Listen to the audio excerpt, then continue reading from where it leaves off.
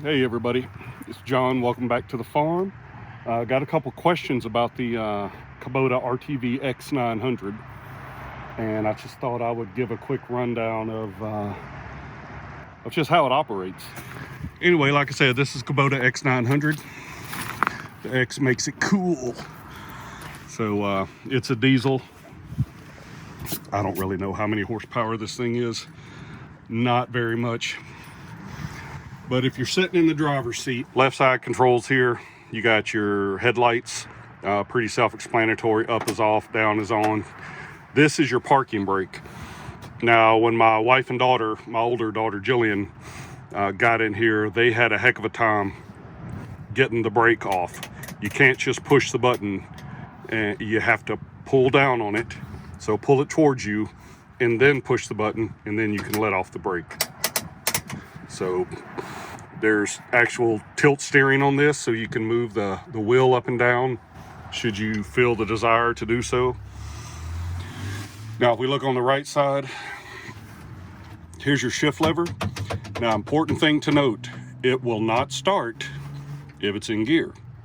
So if you have it in, there's two forward gears here, there's high and low, and then you have reverse.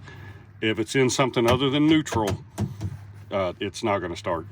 And you'll be sitting here wondering what you're doing wrong.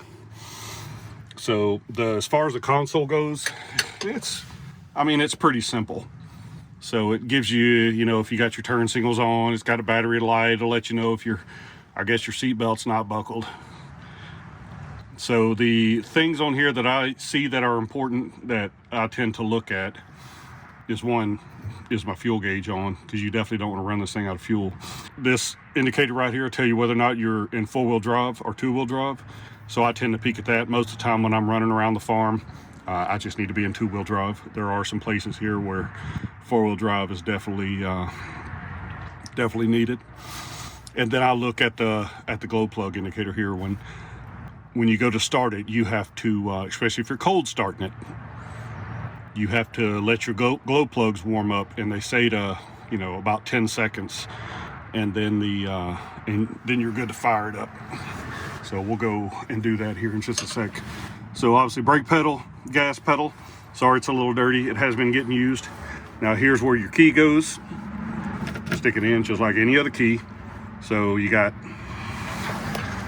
off position, you got run, then you got your glow plug, and then you got start.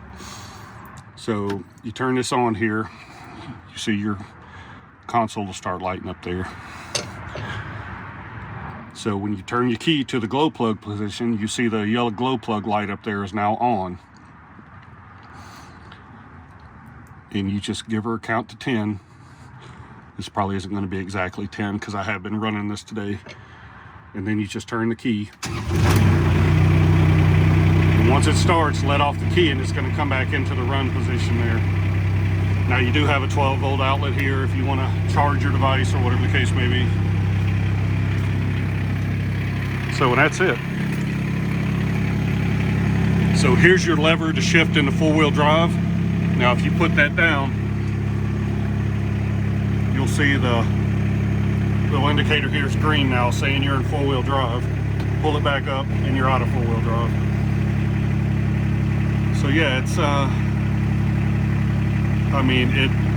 it's more than what I expected to have in an RTV. It gives you enough miles per hour.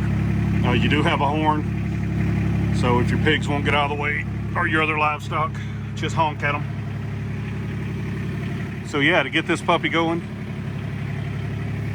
let me climb up in here.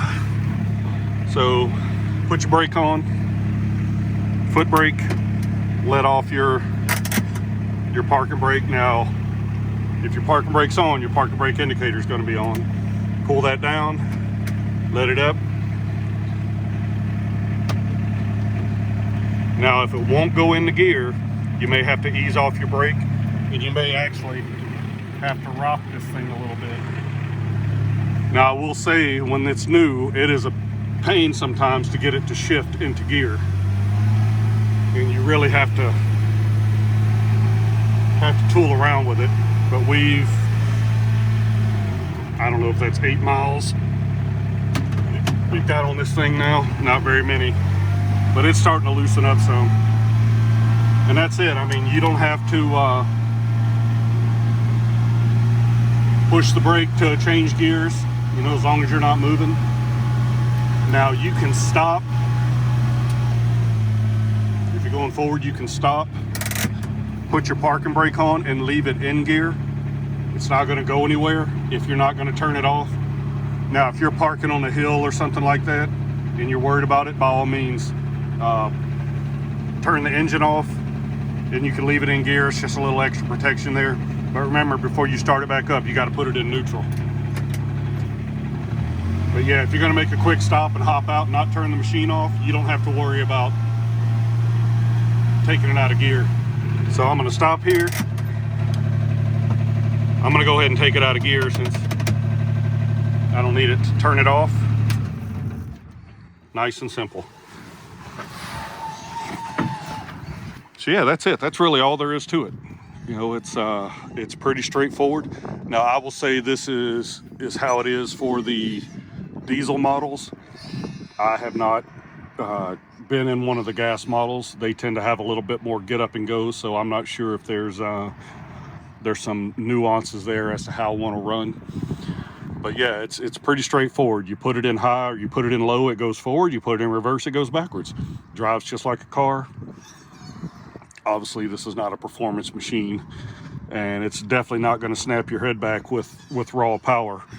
But it's fun to drive. It is a tool. Pretty nice. So hopefully this helps somebody out. You know, if you're interested in getting one of these, we were on the waiting list for a while, so it took a little bit for it to come in. But yeah, I'm happy as I can be so far. You know, this is by no means a review. I think I got a lot more hours to put on this puppy before I start let my true feelings show about it. But so far, you know, I've had the bed completely full of wood. The dump works fine. It actually works really quick. Here, I guess I can show that real fast. Since we're here, so in neutral, it's already been running, so just turn that puppy on. Now you do have a safety right here for your dump bed, so you don't actually start dumping it while you're driving. But yeah, it's you know, pull up on it to dump it.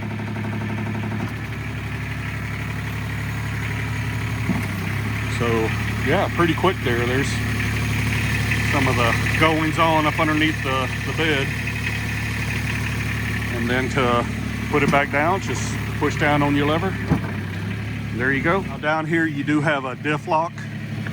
So this will lock your axle so the wheels don't spin independently. And if you need to keep that held, just pull up on this. You know, when you're done, you can push that down and release it. So there are times when I need that.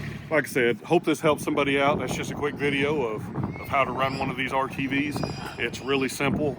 I think this is a very safe machine. It's even got seat belts. So if any of you all out there have one of these, hey, drop a comment. Let us know what you think about it. Let us know what your favorite accessory is. I know there's a mess of them out there. So like I said, I know one thing I'd like to have on this is some side mirrors. So thanks for watching, and we'll catch y'all next time. See ya. 10 minutes to figure out how the parking thing works. But you push the button, pull back, and then you push forward.